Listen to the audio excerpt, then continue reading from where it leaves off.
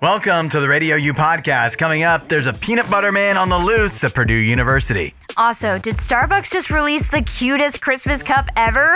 All that and more on the way next. The Muppets are making a comeback. 8772 Radio U. Are you fired up for this?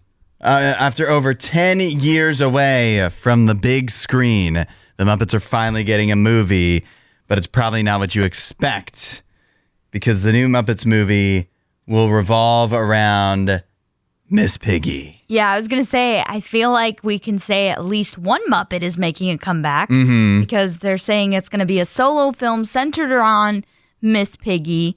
But my hope is that other Muppet characters would still be in it. Yeah. Do you think this is going to be like kind of like Deadpool, where it's like the villain, like who should be a bad guy, but you know they're kind of the anti-hero? I know you hate Miss Piggy. Yeah, she's the worst. I don't hate her, but I also don't think that she works on her own. I think she needs Kermit. She needs the cast around her. And so if Kermit's not in this movie, I'm sorry, I don't want a girl boss Miss Piggy movie. Yeah, she needs somebody to bully, somebody to horribly mistreat. I disagree that she horribly mistreats Kermit. She needs a simp to hang around with her. I do agree that Kermit simps for her, but I don't think it's as abusive as you make it seem.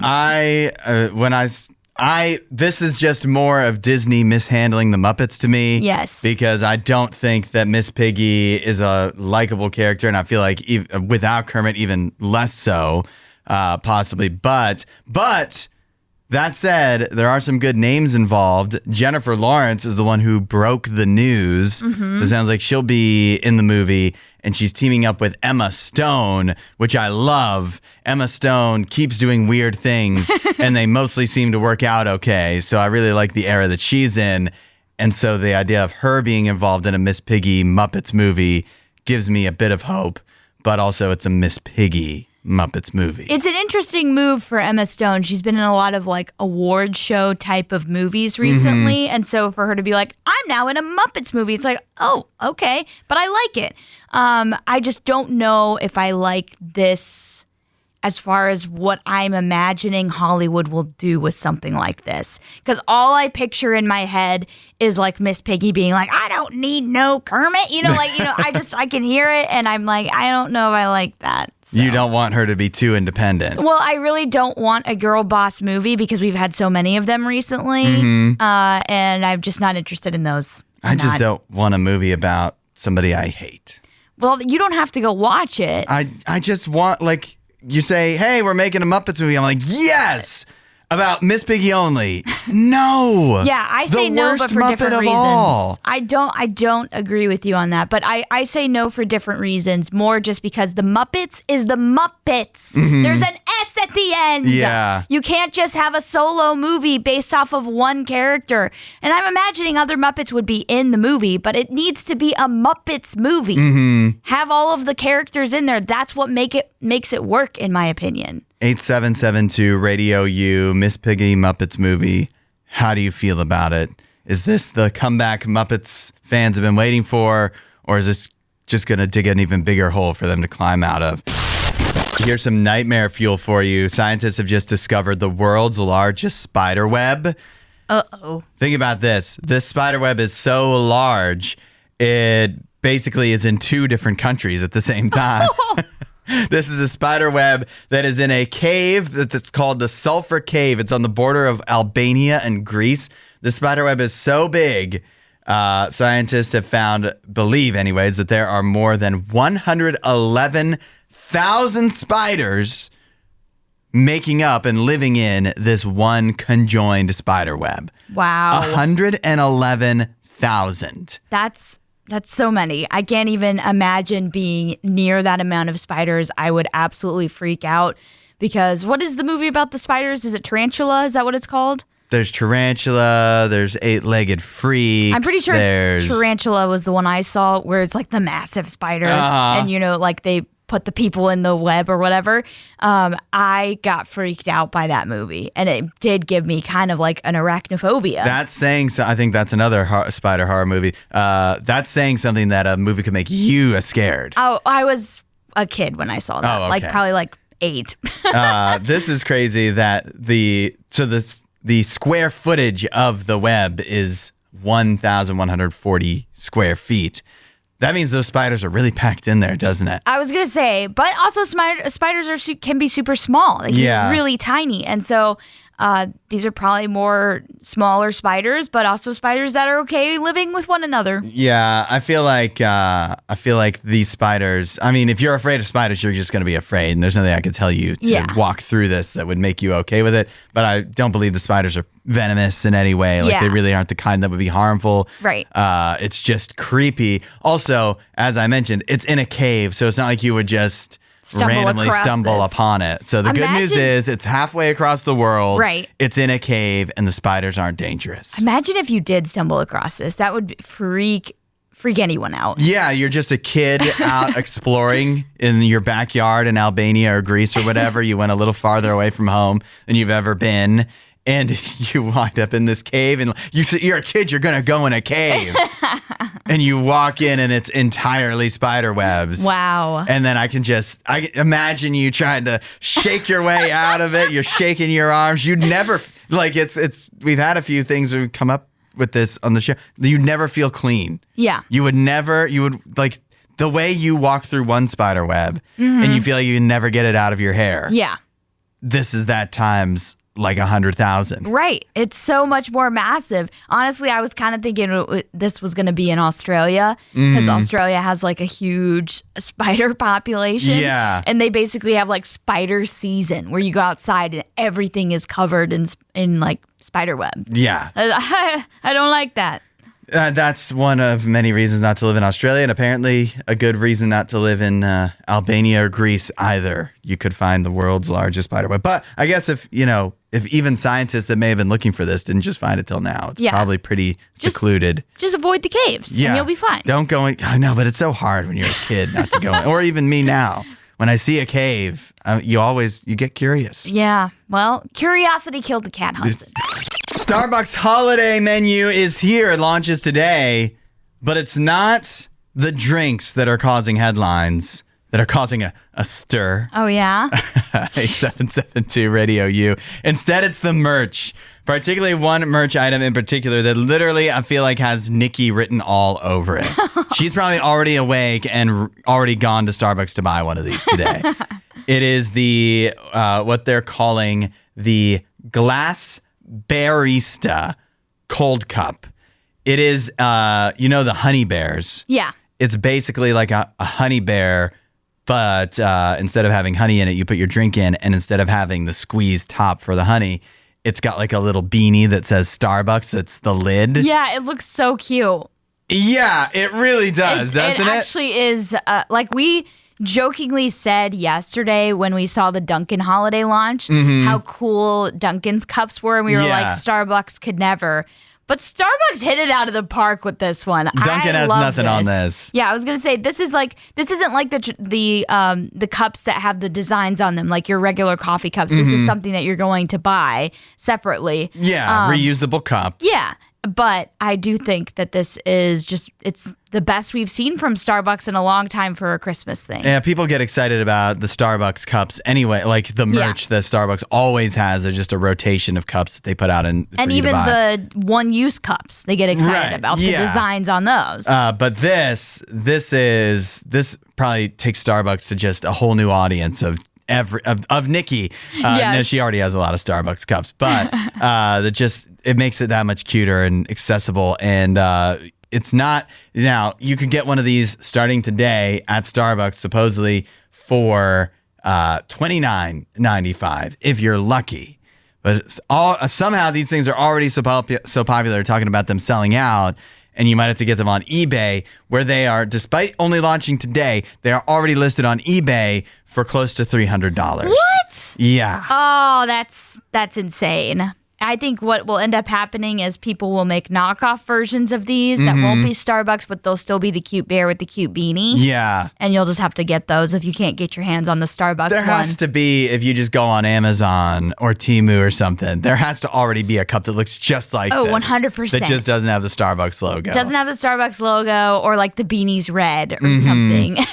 Like, it's just a little bit different. But yeah, this is super cute that, I don't even drink coffee and I want this thing. Well, it's a cold cup, so coffee wouldn't even necessarily go in it. And then looking at the Starbucks holiday menu that launches today, Dunkin' does have Starbucks on this, because Starbucks is not even putting out anything that's actually new that I see. It's just all returning drinks. Obviously, the peppermint mocha, which is always great, the caramel brulee latte, sugar cookie latte, gingerbread chai, and then later this year they'll get to the eggnog latte and chestnut praline latte. But that's nothing new for this holiday season. Gotcha. That's just par for the course. Yeah. Just what you come to expect from Starbucks every holiday season. Right. I am seeing something here on the Starbucks Instagram account, a comment that's making me a little bit like, wah, wah, with this cup.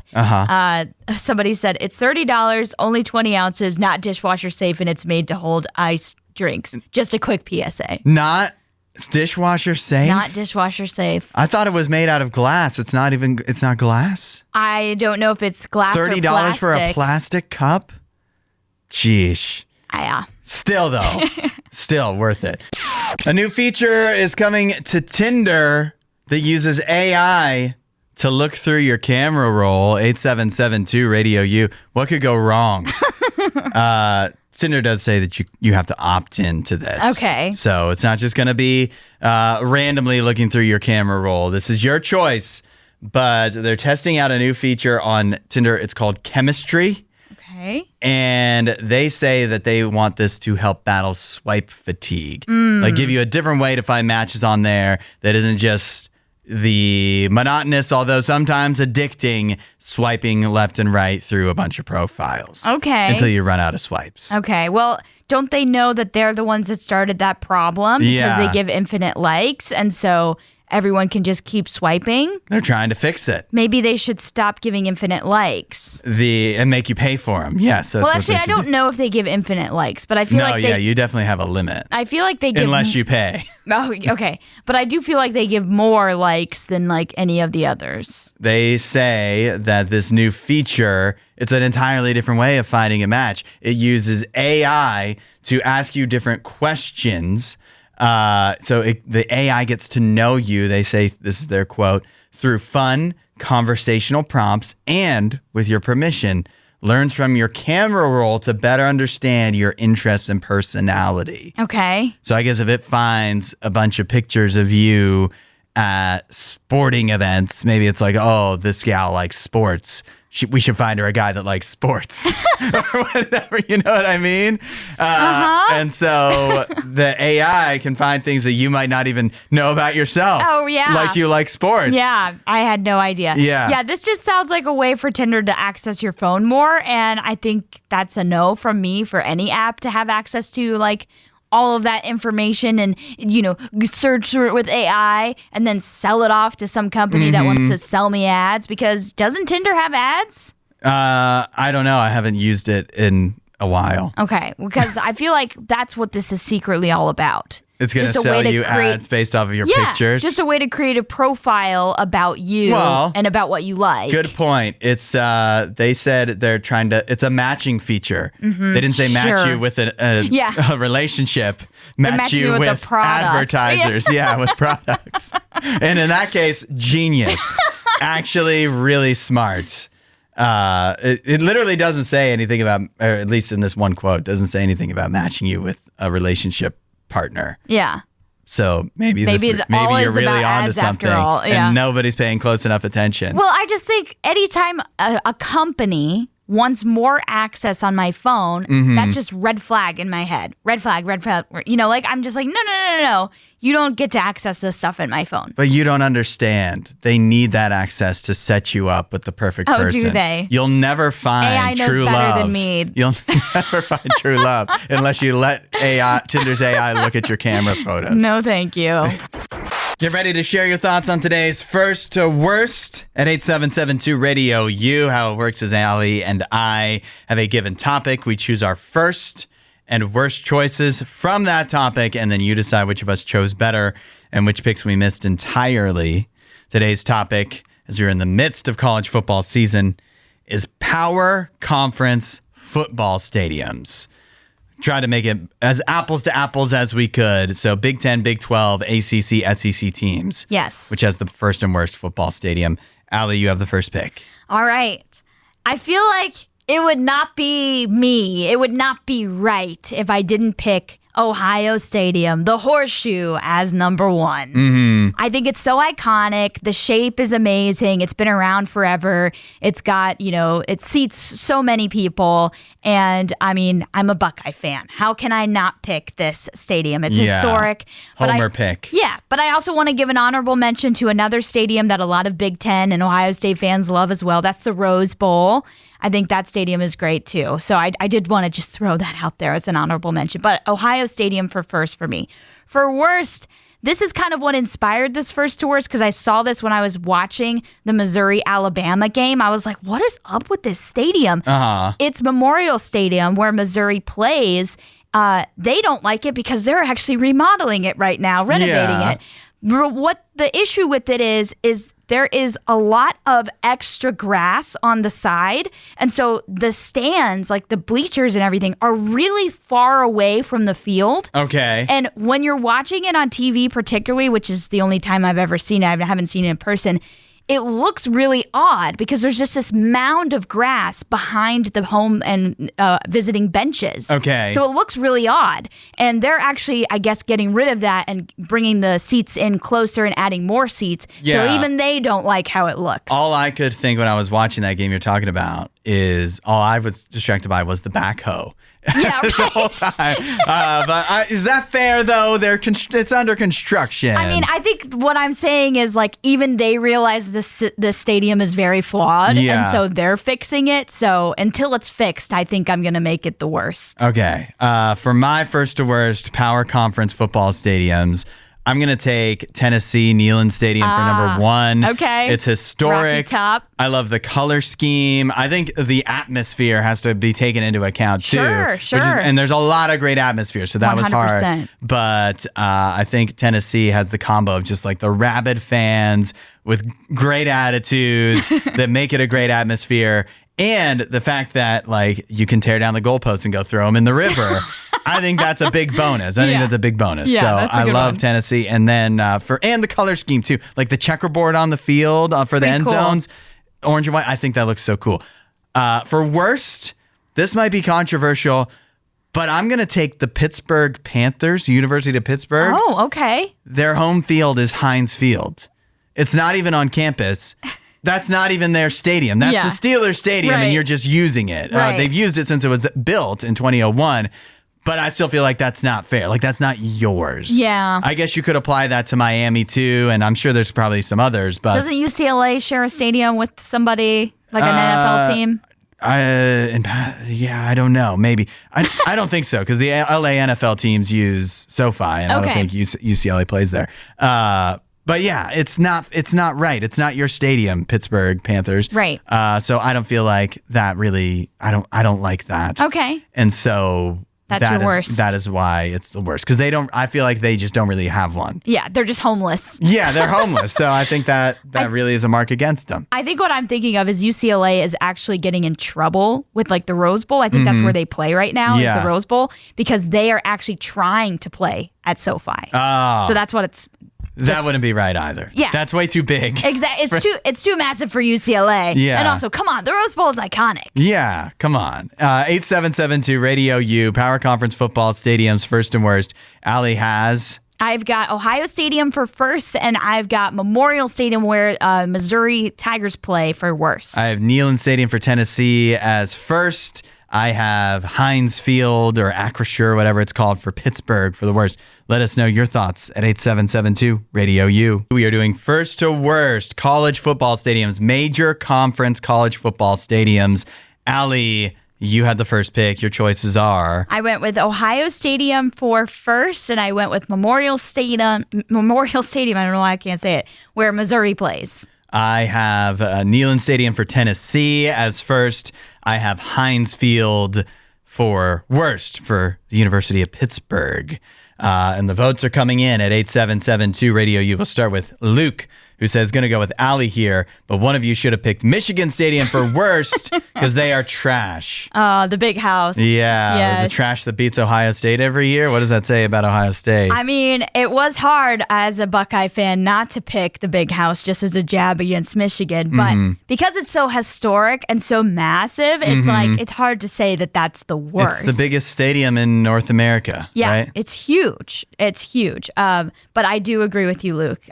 For an Ohio State fan, it absolutely is the worst. But we heard from Regina this morning. She says, oh man, I feel like I'm choosing between mom and dad with Tennessee and Ohio. They're both her college teams, but she's got to go with the Vols as her family used to live on Sharps Ridge overlooking downtown, and they could see the fireworks from the stadium through the early 2000s from her bedroom window. I remember the fun of watching the games with my family as a kid in the living room, and then the mad dash across the house to my room to see the live fireworks. Oh, that's awesome. That's a very magical childhood. Yeah, I'm pretty jealous. Jesse says, I agree with Hudson on the worst as Heinz Field for the Pittsburgh Panthers, but his first is Beaver Stadium for Penn State. The atmosphere is great, except this year because now they suck. The atmosphere was great against Oregon. Yeah, they finally got their whiteouts. Yeah.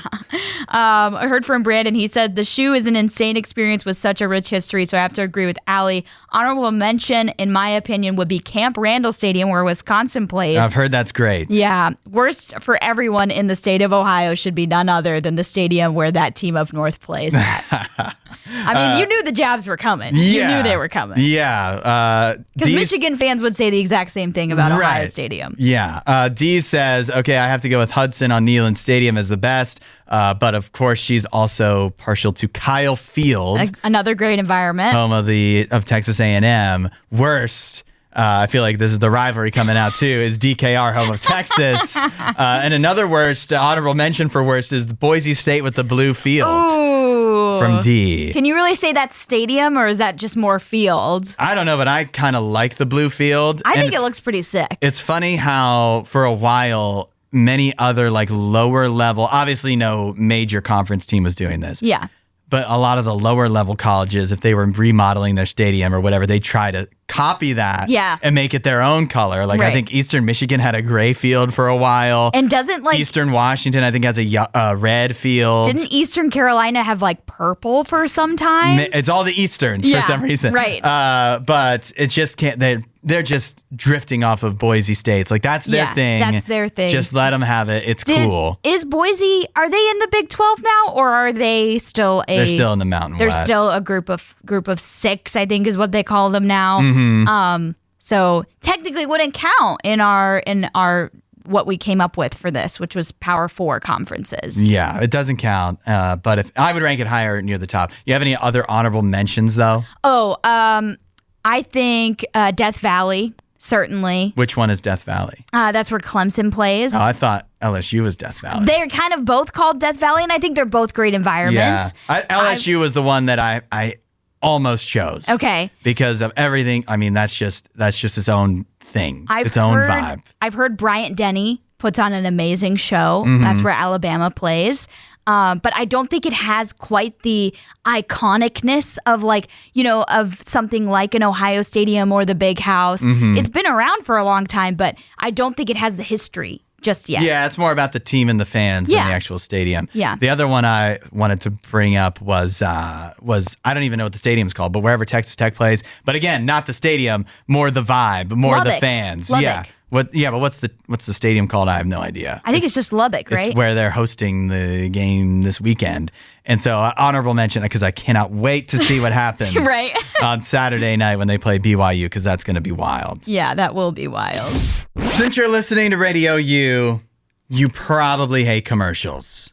8772 Radio U. But I feel like there's 2 times of year, even if you hate commercials, that you might get a little excited about them. Okay. One, of course, would be the Super Bowl. Sure. The other is the holidays. There's a lot of like traditional commercials that are brought out every year for the holidays, or like it's really exciting to see what this company's got for their Christmas ad this time around. I also really do have started to like the Dr. Pepper football commercials for college football. I've enjoyed the kind of anthology of that. Yeah, sometimes those can actually hit home pretty well. Yeah, they can be really funny because they reference like real things, like the Shedeur Sanders slide down the draft. Like that's hilarious to me. But speaking of soda, Coca-Cola is possibly the most famous of all companies that puts out a holiday ad that some people look forward to every year. Oh, yeah. It's been a big tradition. Yeah, their Christmas commercials are the best. But it seems that they've kind of ruined it these past couple of years. They just put out their new holiday ad for 2025, and for the second year in a row, it is entirely AI generated.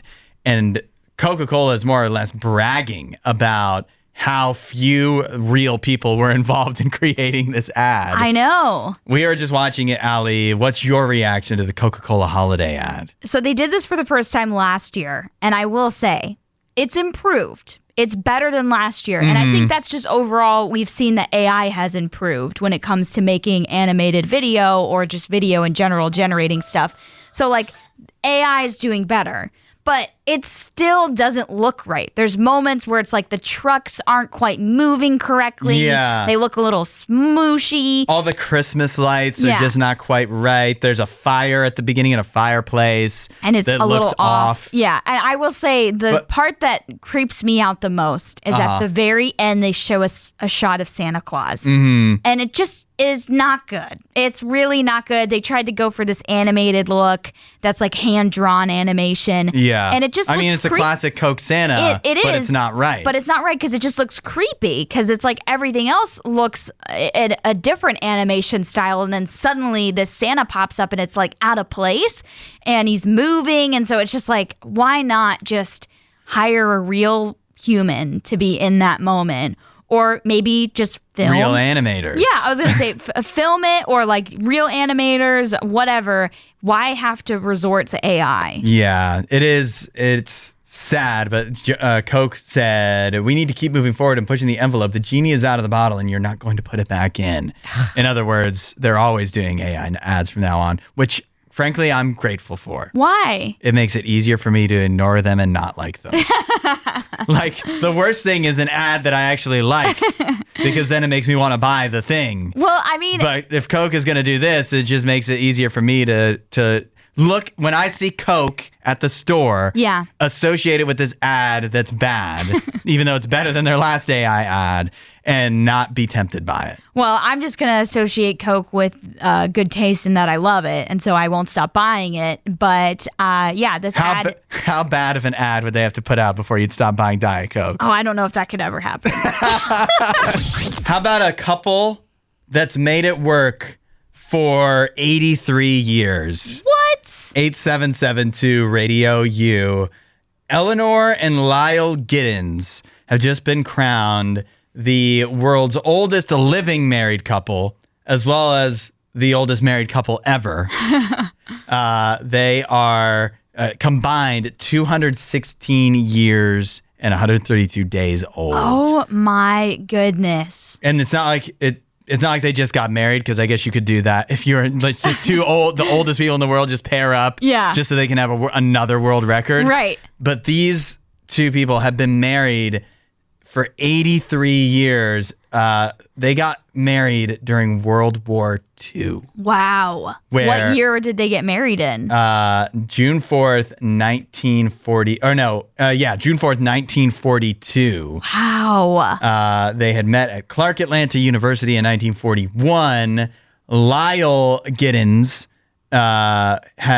he was drafted into the Army, but he was given a 3-day pass from Army training at Fort Benning in Georgia to return and go get married, and then he had to return back and go back into the service. Oh my gosh, they're so adorable too. I know, yeah. 83 years they've been married. That is, what gifts do you get at 83 celebrate your 83rd 83rd. Yeah, I was like, what's the 80th anniversary? I know like 50 is what? That's the golden one? Probably. Yeah. That makes sense. I don't know what comes after they that. They didn't come up with any after 60 because nobody makes it that far. I mean, yeah, 83 is impressive. And honestly, I hope they make it to one more year so they can say the classic Titanic quote and Eleanor can say it to Lyle, it's been 84 years. Like, that would be so funny. But this is incredible. I don't foresee anybody breaking this record anytime soon. That'd be really, really tough. Well, because people are getting married later and later in life now. Yeah, that's right. And so, they got married quite young, not super young. Yeah, they would have been like 23, 24 years old. Not super young, but they got young by today, younger than today's average today. Yeah. And so even if people start living longer lives, it's still like going to be really hard to break this record. Yeah, definitely. Of course, anytime you have a story like this, that's always like, what's your secret? Right. One of the things they say is they used to have a nightly ritual of getting a martini together after a long day. They still have kept this tradition alive by getting a Modelo beer or a glass of red wine. So that's one. Why do I feel like every time there's like a super old person, they're like, always I drink whiskey alcohol. Every day. It's always alcohol. It's like it's preserving them or something. Right. But also, I like what Lyle simply said. I love my wife. It's simple. I know. That's so nice. And Eleanor said, we just melded. We love each other. I mean, clearly you have to love each other a lot to stay married for 83 years. Mm-hmm. That's a long time to be with one another. And I'm sure, I remember I felt this way about my grandparents on my dad's side, where it was just like they were synonymous with one another. Mm-hmm. It was always Kenny and Evelyn. And I'm sure that's what it's like with these two. It's always Eleanor and Lyle just together because they've been together for 83 years. They actually have here in this article a picture from their wedding day on June 4th, 1942. And it looks like such a beautiful wedding. Yeah. Like it wasn't like one of those things where they just got married super quick, like at a courthouse or something like that. Like they actually went all out for this wedding. I was kind Even though they only had 3 days to do it. I was kind of expecting like a courthouse wedding or something and not even any photos from it, but they have a photo from it and it looks so like much an amazing there. wedding. Yeah. Yeah, this is cool. But in a way, it is kind of just a reminder that, like, what's the secret to marriage? Just loving, Yeah, just like love there's one not another. a secret. If you don't love the other person, it's going to be really tough. But if you really love each other, that can cover up for a lot of things. Yeah. Campus police at Purdue University are on the lookout for a so-called peanut butter man. 8772 Radio U. Just after noon yesterday, officers received a call to the Active Learning Center about a person covered in peanut butter from head to toe.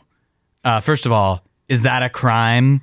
I don't How think do you call police on that? I don't think it's a crime, but it does sound like this person may have partially been unclothed. So maybe that could be considered. I have a photo of him here. He was caught on camera, shirtless, but wearing modest shorts and shoes as well. So as far as I'm concerned, what did he actually do wrong? How much peanut butter do you have to have on your body before you call the police? I don't know. And it wasn't technically, it's campus police. It's not the real police. But yeah, I think they were more worried about potential peanut allergy exposure. Somebody is that allergic to peanuts listen, I don't care if I'm allergic to peanut butter or not. If I see a man coming towards me covered entirely in peanut butter, I'm getting far away. Yeah, run the other way. Yeah, just get away and wait for him to leave. Yeah, run the other direction. Well, apparently they did have to call in cleaning crews to remove areas of peanut butter, like places that had been covered in peanut butter. Yeah, I heard they got there in a jiff. Yeah. So that's good that they were able to get that cleaned up. So that might have been a part of the worry that maybe a student would accidentally touch the peanut butter or something. And then other students, I guess, voiced concern about the possibility of airborne or contact exposure. Yeah. I mean, you got to be really allergic to peanuts. I would think so. Really allergic. I would think you would need to be. I mean, how do you go out in life if you're that allergic? I've never heard of somebody being that allergic. Yeah. I guess it's not impossible, but yeah, The people with the peanut allergies are notoriously overly cautious. They are. I mean, I understand. Like, you could go in, anaphylactic shock or whatever, and so like that's no joke. You can die from that. But yeah, I don't have a peanut allergy, so I don't know how all of that works. There's still so many mysteries about this man too. We don't know who he was. Okay, he hasn't been found. Yeah, has he been cleaned off at this point? I would hope so. I once did a punishment for football picks, actually, believe it or not, where I had peanut butter in my hair. Ew. It is so, we didn't realize when we planned that how difficult it would be to remove. I bet that Putting the peanut butter in is easy. Yeah. Taking it off, not easy. I was going to say, I bet that was impossible to get out. And even where do you do it? In the shower? What if it clogs up your shower drain? Right. This guy's got to go to a car wash or something to get cleaned off. And they're like, don't come here. Did he act alone? Was he covering himself in peanut butter? Was this a punishment for him? Right, exactly. Walk through campus covered in peanut butter? This sounds like a fantasy football punishment. So there's so many things that we need to know that we may never know about the mythical peanut butter man of Purdue University. Peanut butter boy. Yeah, but at least they probably gave like the campus newspaper something to write about. Yeah, they definitely were writing about this because we all know the peanut butter allergy person probably is the editor of the school newspaper. Yeah. So they probably had like a really bad hit piece about this guy. Like, what a loser. Hopefully they have an intrepid reporter that can chase down the leads and get to the bottom of this. That's not allergic to peanut butter. Yeah, that's right. That would be such a curse. This is my big scoop. Oh, no. But I can't cover it. Oh. Thanks for listening to the RadioU Podcast. Don't forget to rate and review the show.